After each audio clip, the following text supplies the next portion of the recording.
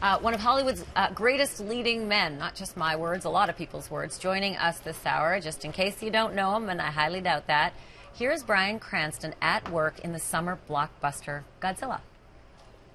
Are we at full function? Yes, we are.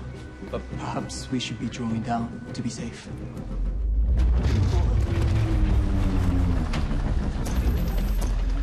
You take us offline. Now, Joe, we gotta talk Do it about now. Wind it down. Kenshiro, mi pesa runda. Sandra. Sandra. Walkie-talkie to pick up the... Oh, I wish he could have been watching Bryan watching himself. Can I say it?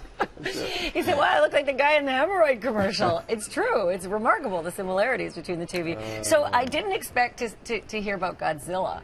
And you nearly passed on Godzilla. Why?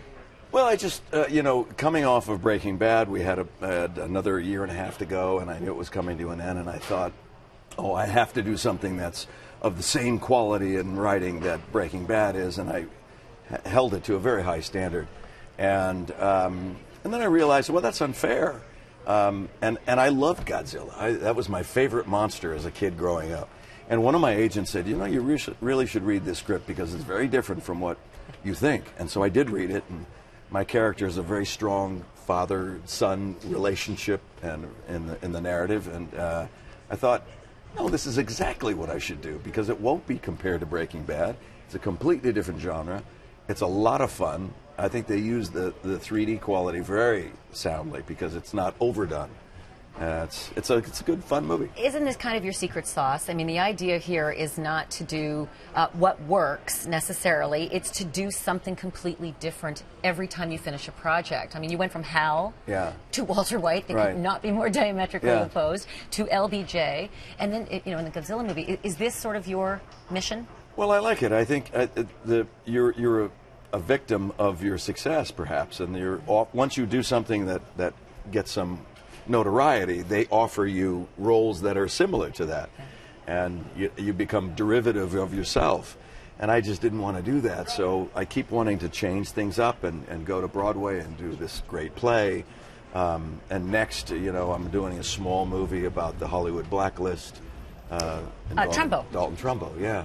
Looking forward to that. So. You know, for anybody who might not know this, there is a cadre with Vince Gilligan, Michelle MacLaren, you and others who really cut your teeth with X-Files. Oh, yeah. You know, 20 years ago, X-Files. And you have, the team has moved along and done these remarkable projects. So all your fans, I'm sure, want to know, is that team going to reunite and deliver another remarkable product? I sure hope so. Here's a clip of me as the jerk in the back seat of the car.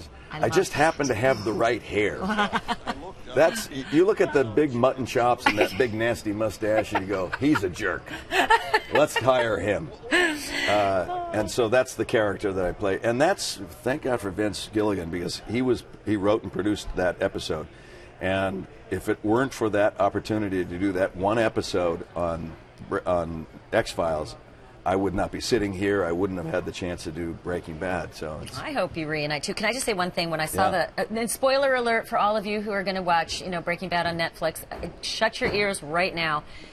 That final scene, that final image. Oh, I know. Whatever, right? And I'm like, what? And he's like, yeah. Me when he had the sex change? Seriously, dude. No. I never saw that coming. I'm going to ask you really seriously. All right. I wasn't so sure that you died.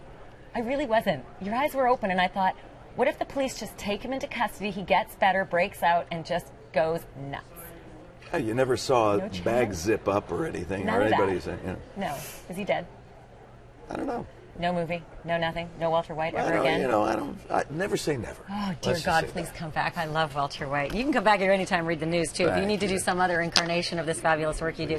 Bryan, thank you. And thank you for all this time, too. It's been a delight to talk to you. Good to see you, Ashley. And congrats. Good luck on the Tony. You'll be an EGOT. Thank you. The Emmy. The Grammy. You got to start to sing. The Oscar. And the Tony. I'll do a talking record like Bill Shatner. Well, you got a memoir, too, coming out. I'm writing a book. I love it. Book, yeah. Thank you.